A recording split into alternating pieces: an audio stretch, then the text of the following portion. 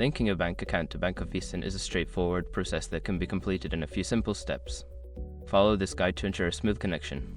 Step 1. Visit the Bank of Easton website. Go to the official Bank of Easton website using your preferred web browser. Make sure you are on the correct site to avoid phishing scams. Step 2. Log into your account. Click on the Login button located at the top right corner of the homepage. Enter your username and password to access your online banking account. Step 3. Navigate to Account Settings. Once logged in, look for the Account Settings or Link Accounts option in the main menu. This section will allow you to manage your linked accounts. Step 4. Select Link New Account. Secure your accounts before moving on. People seriously underestimate how often personal information gets exposed online now. Use SRAC to monitor your accounts 24/7 and get notified immediately if your data gets leaked somewhere. It runs in the background, constantly scanning billions of breached records.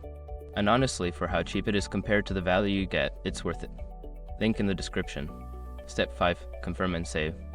After entering your bank account information, review the details for accuracy. Once confirmed, click the Save All Link Account button to complete the process.